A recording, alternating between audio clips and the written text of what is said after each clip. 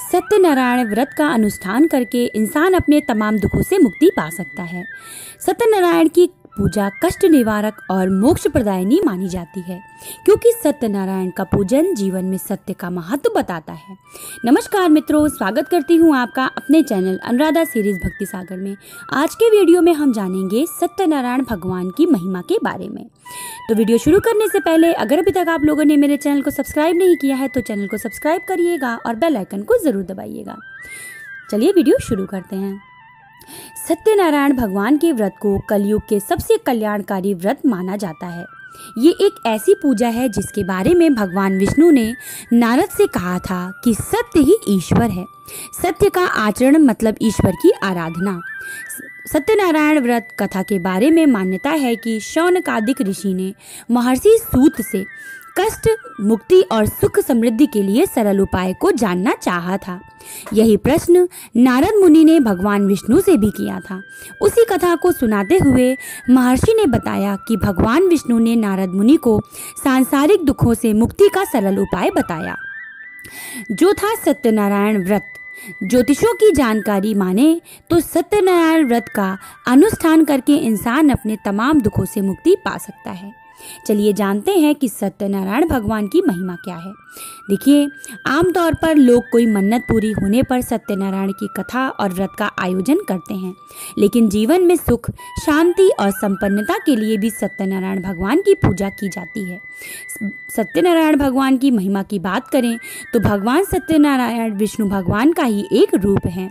भगवान सत्यनारायण का उल्लेख स्कंद पुराण में मिलता है। स्कंद पुराण में भगवान विष्णु ने नारद को इस व्रत का महत्व बताया था। कलयुग में सबसे सरल, प्रचलित और प्रभावशाली पूजा भगवान सत्यनारायण की ही मानी जाती है। ज्योतिष के जानकारों की माने तो सत्यनारायण व्रत के दो भाग हैं। पहले व्रत पूजन और दूसरा सत्यनारायण की कथा। हर पूजा और उपासना का एक उत्तम मुहूर्त होता है, जिसमें की गई उपासना का बहुत ही ज्यादा उत्तम फल मिलता है। चलिए जानते हैं कि सत्यनारायण भगवान की पूजा का उत्तम मुहूर्त क्या है। भगवान सत्यनारायण की पूजा करने का सबसे अच्छा समय होता है किसी भी माह की पूर्णिमा को या फिर किसी भी बृहस्पतिवार के दिन। जब भी आपके जीवन में कोई भी बड़ा संकट है तो आप भगवान सत्यनारायण भगवान की कथा पूजा कर सकते हैं। चलिए जानते हैं कि भगवान सत्यनारायण की पूजा करने के लाभ क्या क्या होते हैं। तो देखिए, भगवान सत्यनारायण की पूजा आप जब भी करते हैं तो आपके घर में सुख और समृद्धि बनी रहती है, घर में शांति रहती है।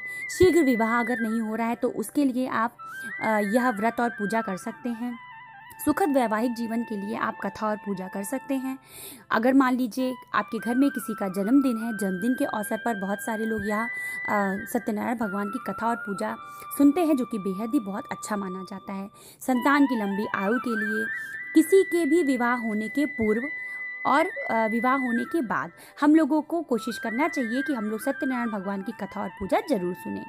आयु की रक्षा के लिए या फिर स्वास्थ्य संबंधित समस्याओं के लिए भी हम भगवान सत्यनारायण का पूजन जरूर कर सकते हैं और करना भी चाहिए।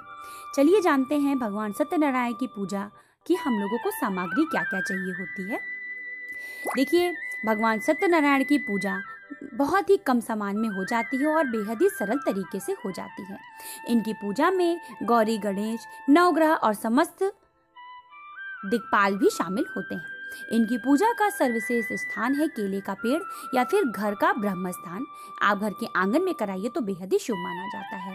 इनकी पूजा में श्री शालिग्राम जी का विग्रह आवश्यक होता है। पंजीरी, पंचामृत, फल और तुलसी दल बहुत ही ज्यादा महत्वपूर्ण होता है। कैसे करें भगवान सत्यनारायण की पूजा? तो देखिए, घर के ब्रह्म स्थान पर केले के पौधे से मंडप बनाएं।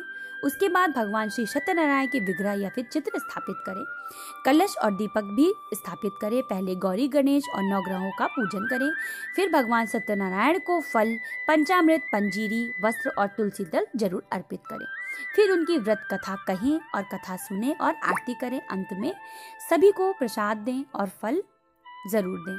तो देखिए, मैंने आपको बहुत ही सिंपल तरीका बताया भगवान सत्यनारायण की पूजा करने का, जो कि बेहद ही उत्तम और बहुत ही ज़्यादा प्रभावशाली है। कलयुग में भगवान सत्यनारायण की पूजा करना बेहद ही शुभ माना जाता है और अच्छा माना जाता है। अगर आपसे यह नहीं हो पा रहा है कि आप खुद से इसकी पूजा नहीं कर सकते हैं, तो आप किसी भी ब्राह्मण को बुलाकर इसका पूजन कर सकते हैं। लेकिन अगर आपकी इतनी सामर्थ्यता नहीं है कि आप ब्राह्मण को बुलाइए और ब्राह्मण को दक्षिणा दीजिए, तो आप इस तरीके से भी आप पूजन कर सकते हैं।